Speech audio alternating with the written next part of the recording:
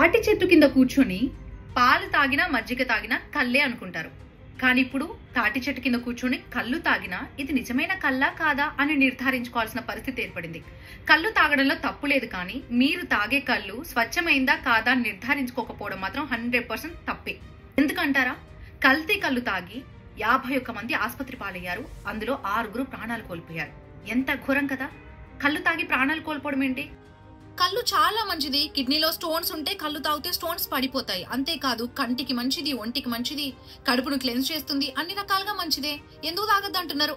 అక్కడే ఉంది అసలు ముచ్చట. కల్తీ కళ్ళు తాగడం వల్ల ప్రాణాలు పోగొట్టుకుంటున్నారు చాలా మంది.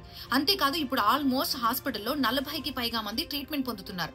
ఎందుకంటే ఆల్ఫ్రాజోలం ఎక్కువ వేయడం వల్ల రియాక్షన్ స్టార్ట్ అయ్యాయి. వాంతులు, విరేచనాలు, రకరకాల ప్రాబ్లమ్స్ వచ్చి సివియర్ స్టమక్ పెయిన్ రావడం వల్ల చాలా మంది హాస్పిటల్లో అడ్మిట్ అయ్యారు. వాళ్ళకి ఇంకా ట్రీట్మెంట్ కొనసాగుతుంది. కొంతమంది పరిస్థితి విషమంగా ఉందని చెప్తున్నారు డాక్టర్. శాఖ అధికారులు దాడులు నిర్వహిస్తే అందులో అక్రమంగా నడుపుతున్నటువంటి షాప్స్ 50కి పైగా ఉన్నాయని తెలిసింది.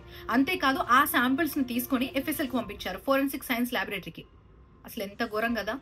కల్తీ కళ్ళు తాగి ప్రాణాలు కోల్పోతున్నారు. సో మీరు తాగే కళ్ళు మంచిదేనా కాదా 1కి 2 సార్లు చూసుకోండి.